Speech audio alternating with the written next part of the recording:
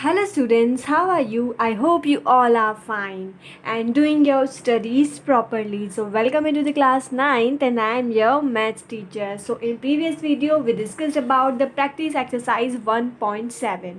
Okay, in this exercise we discussed at the question number 16 in previous video. So now we will start from the question number 17.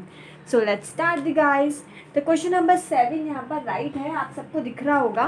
ठीक है, तो इस question को देखो x upon x b a square plus a b, इसको जो ये पूरी वैल्यू है इसको आपको 1 के इक्वल प्रूव करना है. तो अब हम इस क्वेश्चन को सॉल्व करते हैं. मैंने सॉल्व किया हुआ है, मैं आपको बस इसको समझाऊंगी ताकि हमारा ज़्यादा टाइम वेस्ट ना हो. ठीक है, देखो क्वेश्चन राइट है यहाँ पर, ये क्वेश्चन यहाँ पर राइट है. ठीक है, सबसे पहले क्या किया आप देखो यहाँ पर जो है आपके बेस सेम है लेकिन आपकी पावर डिफरेंट है. और ये पावर किस में है, आपके डिवाइड वाली वैल्यूज़ में दी हुई है. किस में दी हुई है, डिवाइड वाली वैल्यूज़ में. तो आपको पता है जब डिवाइड में हो और बेस सेम हो तो इसे माइनस में कर देते हैं. तो ये ए माइनस बी कर दिया, मैंने स्टार्टिंग में फॉर्मूलेज लिखवाए थे और ये वाली वैल्यू एज इट इज़ आ गई. वैसे ही मैंने यहाँ पर किया, यहाँ बेस सेम है तो इसे बी माइनस सी कर दिया और ये वाली वैल्यू एज इट इज़ आ गई. यहाँ पर मैंने क्या कर दिया, सी माइनस ए कर दिया और ये वाली वैल्यू अपने एज इट इज़ आ गई. उसके बाद अपन क्या करते हैं, अच्छा आप लोगों ने एक फार्मूला सुना है x cube minus y cube is equals to. वैसे मैंने आपको इसका एक और फार्मूला भी बताया था कि x cube minus y cube is equals to x minus y three minus three a b, वो सब होता है. लेकिन इसका एक ये वाला फार्मूला भी होता है, आप याद रखें तो अच्छा है. ये फार्मूला होता है कि x cube minus y cube जो होता है वो x minus y into x square plus x y plus y square होता है. तो आप इस वाली चीज़ को आप किसी से रिसेंबल कर पा रहे हैं. ये देखो, ये a minus b a square plus a b plus b square, देखो वैसे ही b minus c b square plus b c plus c square.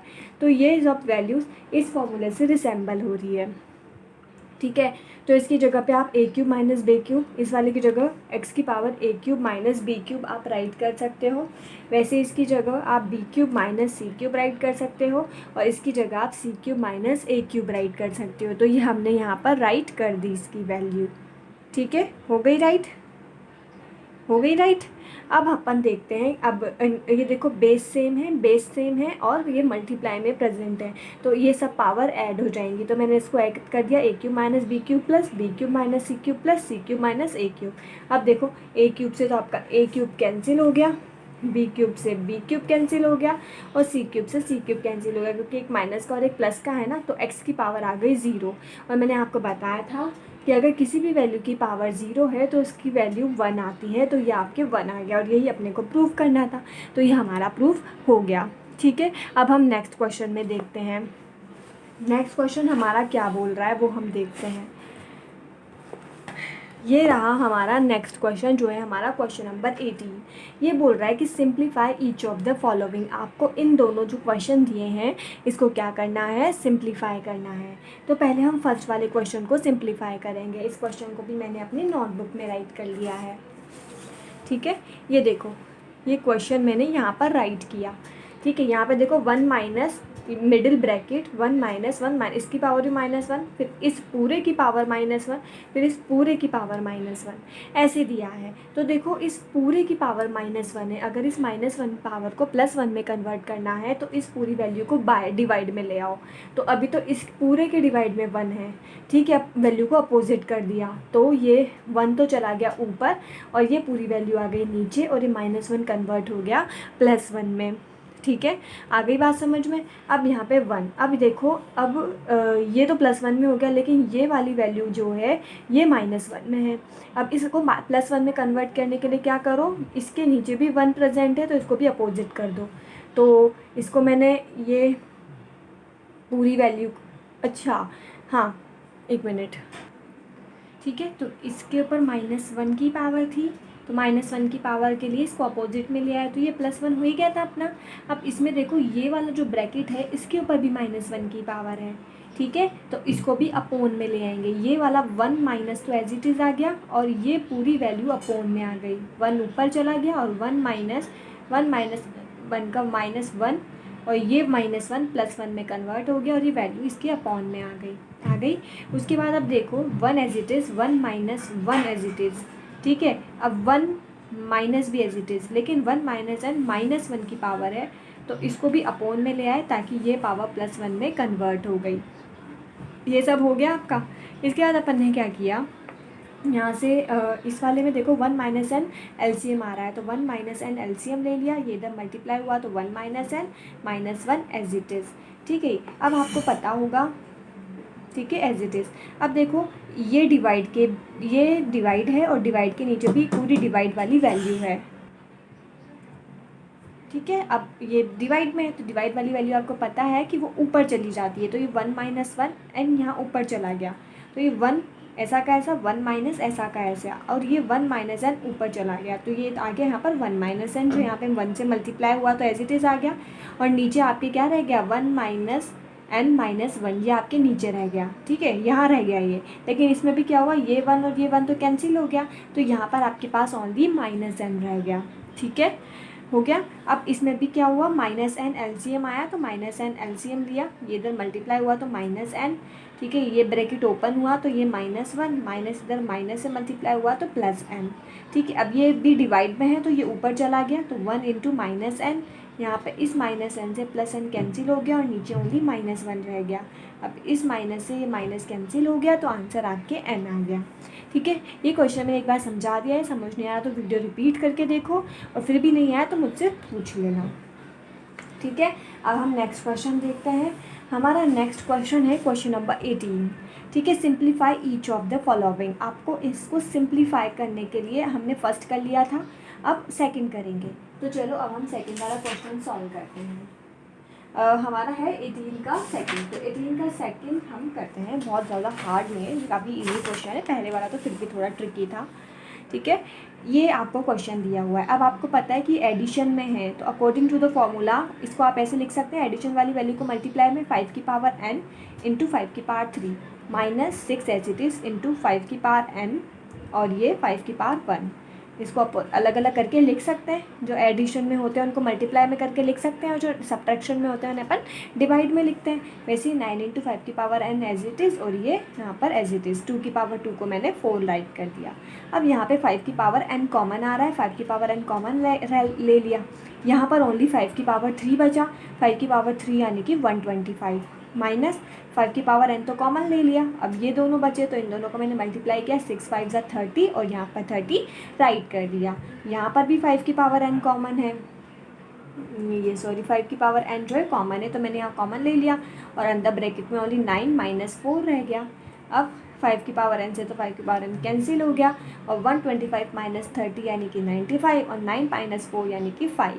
अब 5 × 1 = 5, 4 रिमाइंडर, 5 × 9 = 45 तो 19 आपका ये इसका आंसर आ गया, ठीक है।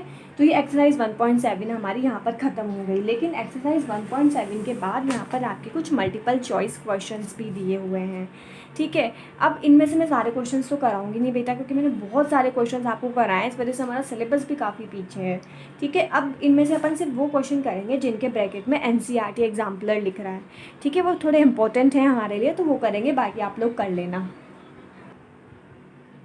तो चलो फर्स्ट क्वेश्चन देखते हैं। एवरी इरेशनल नंबर इज़, आपका मतलब हर इरेशनल नंबर क्या होता है, नेचुरल नंबर नहीं होता, इंटीजर भी नहीं होता, होल नंबर भी नहीं होता, क्या होता है, एक रियल नंबर होता है, क्योंकि इरेशनल नंबर भी बेटा रियल नंबर ही होते हैं। फिर हम देखते हैं third, between any two irrational number there, दो इरेशनल नंबर के बीच में क्या होता है, इज़ नो इरेशनल नंबर, ऐसा ये तो नहीं है। Only one rational number, no. Infinite rational number, yes, there are only one rational number and no irrational number, no, it's wrong. C is the correct answer. Infinite rational number present होते हैं। उसके बाद हम देखते हैं product of any two irrational number is, दो irrational number का product क्या होता है, वो इरेशनल नंबर भी हो सकता है, वो इरेशनल नंबर भी हो सकता है, तो मे बी रेशनल और इरेशनल नंबर, ठीक है। उसके बाद हम सी देखते हैं। 6 देखते हैं, सॉरी।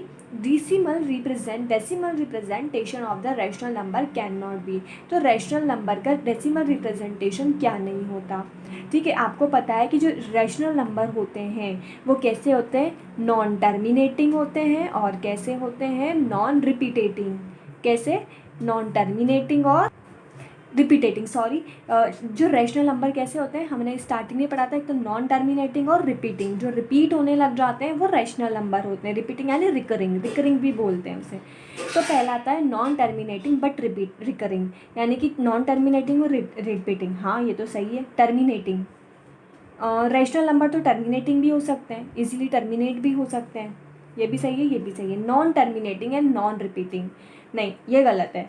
नॉन टर्मिनेटिंग है ठीक है, लेकिन नॉन रिपीटिंग नहीं हो सकते, वो रिपीट होना ज़रूरी है तभी वो रैशनल नंबर होंगे, तो ये गलत है। तो इसका आंसर सी होगा, ठीक है।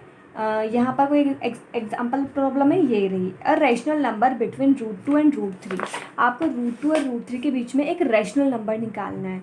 ये भी जब भी अपने को दो वैल्यू दी होती है, अपन क्या करते हैं, दोनों को प्लस करके डिवाइड बाय 2 कर देते हैं। तो इसका मतलब आंसर ए होना चाहिए, लेकिन ए आंसर नहीं होगा क्योंकि वो रैशनल नंबर पूछ रहा है। और यहाँ पर तो रूट वैल्यू प्रेजेंट है, जिस भी नंबर में रूट वैल्यू प्रेजेंट हो वो रैशनल नहीं हो सकता, वो इरेशनल होता है। तो फर्स्ट आंसर आप देखते ही टिक मत कर देना। तो इसको सॉल्व करते हैं, ठीक है। आपको पता है √2 की वैल्यू आपके 1.414 होती है और √3 की 1.732 होती है। तो मैंने क्या किया, √2 प्लस √3/2 तो किया, लेकिन √2 की वैल्यू यहाँ पर राइट की और √3 की वैल्यू राइट की, दोनों को ऐड किया और फिर 2 से डिवाइड कर दिया, तो मेरा आंसर 1.5 आया, ठीक है। अगर मैं रूट वाली वैल्यू को ही करके ऐसा करती तो फिर आंसर रूट में आता है। इस वजह से मैंने इन दोनों की वैल्यू रखी, क्योंकि अपने को रैशनल नंबर चाहिए और रैशनल नंबर कभी रूट में नहीं होता है, ठीक है। तो इसका आंसर 1.5 होगा। तो 9th का जो आंसर है वो सी होगा, ठीक है। उसके बाद अपन क्वेश्चन नंबर 11 देखते हैं। एन इरेशनल नंबर, ठीक है। तो अब हम ये वाला क्वेश्चन देखते हैं। इसमें ये किसके इक्वल है आपको ये बताना है कि क्वेश्चन नंबर 12 किसके इक्वल है। तो हम इस सारे क्वेश्चन को सॉल्व करते हैं। इसका आंसर क्या आता है क्वेश्चन नंबर 12 का, ये देखो मैंने सॉल्व किया भी हुआ है, ठीक है। ये आपको दिया हुआ है। सबसे पहले 81 की पावर -2 है, ठीक है। तो इसको +2 में कन्वर्ट करेंगे, कैसे करेंगे, 81 को 1/81 में कन्वर्ट कर दिया, अपोजिट कर दिया, तो ये +2 में कन्वर्ट हो गया। अब इसका मतलब क्या होगा, इसका मतलब है 1/4, तो ये मैंने 1/4 कर दिया। अब ये दोनों एक दूसरे के ब्रैकेट के अंदर बाहर है, तो दोनों मल्टीप्लाई हो जाएंगे फॉर्मूले के अकॉर्डिंग। तो ये 2 से ये कैंसिल हो गया, 2 टाइम्स क्या हो गया, 2 टाइम्स। तो अब 1/81 की पावर कितना हो गया, 1/2, ये ऐसे कुछ हो गया, 1/81 की पावर हाफ।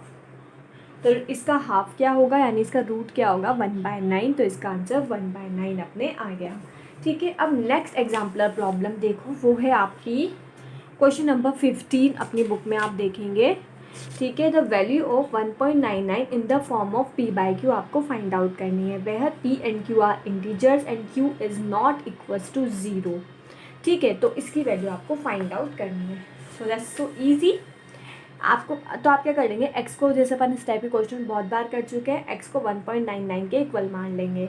अब आप इसमें देखेंगे कितनी डिजिट्स रिपीट हो रही हैं, ओनली एक डिजिट यानी कि 9 ही रिपीट हो रहा है। तो पूरी इक्वेशन को किससे मल्टीप्लाई कर देंगे, 10 से। तो 10x हो गया, ये तो हो गया आपके 10x, और जब आपने इसको 10 से मल्टीप्लाई किया तो ये 19.999 हो गया, ठीक है। 19 हो गया। ये मल्टीप्लाई करने पे एक पॉइंट पीछे की सक गई ना 0 आने की वजह से। अब क्या करेंगे, इक्वेशन 2 में से इक्वेशन 1 को माइनस कर दिया, तो माइनस करने पे क्या आया, 10x, ये और ये। तो 10x में से x गया तो 9x, और इसमें से गए तो 18.9। क्योंकि ये रिपीट हो रहा है तो मैंने इसके ऊपर बार लगा दिया।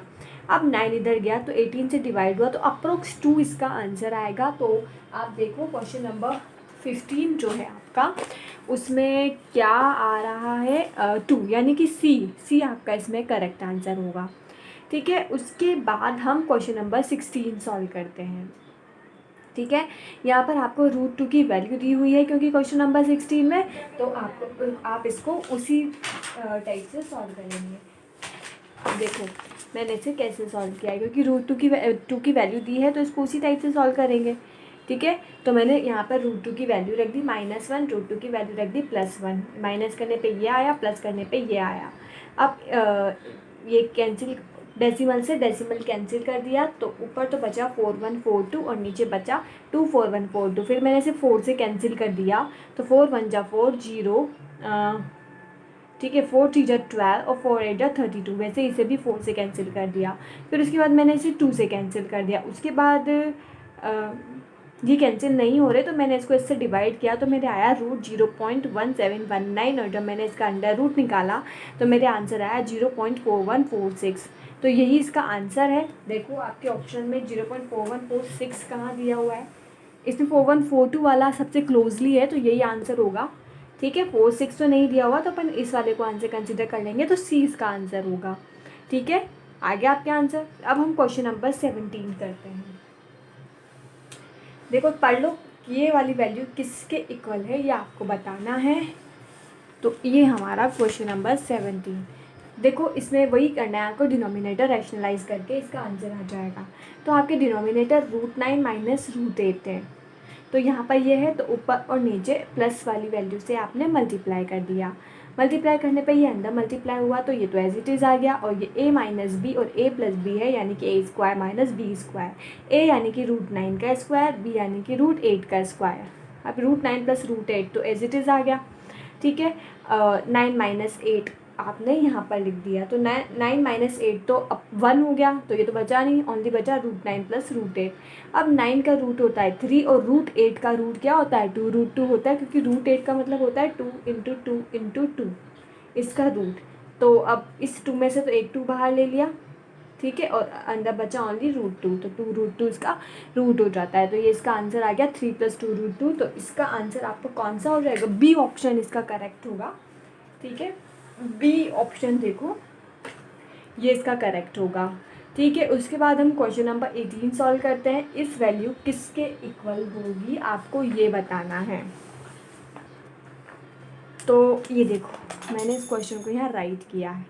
सबसे पहले तो 2 की पावर है 2 है, तो वो 2 की पावर 2 यानी कि 4 हो गया। फिर इसके बाद इसकी पावर है 1/3, इसका मतलब 1/3 होता है, और इसका मतलब 1/4 होता है। अब ये पावर आपस में मल्टीप्लाई हो गई, तो ये आ गई 1/12, और इस 4 को मैंने 2 की पावर 2 राइट कर दिया, तो ये 1/12 आ गया एज इट इज़। अब 2 से 12 कैंसिल हो गया 6 टाइम्स, तो 2 की पावर 1/6 आपका आंसर आ गया। अब देखो ऑप्शन में 2 की पावर 1/6 कहाँ दिया है, तो ये 18 के सी में आपके दिया है, तो ये आपका सी इसका करेक्ट आंसर हो जाएगा। ठीक है, अब नेक्स्ट क्वेश्चन देखते हैं। नेक्स्ट क्वेश्चन देखा कौन सा, ये देखो 22 भी एक एनसीईआरटी एग्जाम्पलर क्वेश्चन है। तो which of the following is equal to x. तो मैं केवल वो सॉल्व करके बताऊंगी जिसका आंसर एक्स होगा, बाकी आप देख लेना उनका आंसर एक्स नहीं होगा। तो इसमें जो सी ऑप्शन है बेटा उसका आंसर एक्स आएगा। कौन सा, सी। ये 22 नंबर का आपका क्वेश्चन है, मैं आपको बता देती हूँ कि कैसे ये सॉल्व होगा। तो ये देखो, थोड़ा ना रजिस्टर देखो, x की पावर 3 2/3, x की पावर 3 यानी कि x³ रूट का मतलब हाफ, और 2/3 तो एज इट इज़ है ही। अभी आपस में मल्टीप्लाई हो गए, तो 3 से 3 कैंसिल हो गया, 2 से 2 कैंसिल हो गया, बचा क्या x की पावर 1, और x की पावर 1 मतलब x, तो इससे इसका आंसर x आ जाएगा। उसके बाद आप अपना क्वेश्चन नंबर 26 देखो। क्वेश्चन नंबर 26 में इसकी वैल्यू बताने को कह रहा है। तो 256 0.16, 256 0.9 यहाँ पर है, क्योंकि बेस सेम है तो दोनों पावर ऐड हो जाएंगी, तो ये दोनों पावर ऐड हो गई, ऐड करने पे 0.25 आया। इसके बाद हमने डेसिमल हटाया, डेसिमल हटाते ही नीचे 2 0 आ गई। अब 25/100, तो 25 और 100 से कैंसिल किया तो 1/4 आया। ठीक है, क्या आया 1/4, और 256 का 1/4 कितना होता है 4, क्योंकि ये ऐसे होता है 4 इंटू 4 इंटू, इनको मल्टीप्लाई करने पर आपके क्या आता है, ये आपके 1/4। तो 256 की जगह मैं 4 बार 4 लिख सकती हूँ, और इसका 1/4 करना है, यानी 4 में से केवल एक 4 बाहर निकाल के रखेंगे, तो ये आ गया आपके 4। इसका आंसर आपके आ गया 4। ठीक है, हो गया क्वेश्चन सॉल्व मेरे हिसाब से। अब तो सारे क्वेश्चन हो गए एनसीईआरटी एग्जाम तक के, कुछ बच रहा है, कुछ नहीं बच रहा। तो आज हम यहीं तक करते हैं, इसके बाद हम नेक्स्ट चैप्टर शुरू करेंगे कल से। ठीक है, तो आप इस चैप्टर को कंप्लीट कर लो, एक बार रिवाइज कर लो और अच्छे से रीड कर लो। अभी तक हमने एक ही पढ़ा है, लेकिन इसमें बहुत सारी टाइप के क्वेश्चंस हैं। ठीक है, so thank you everybody, stay home, stay safe and bye bye.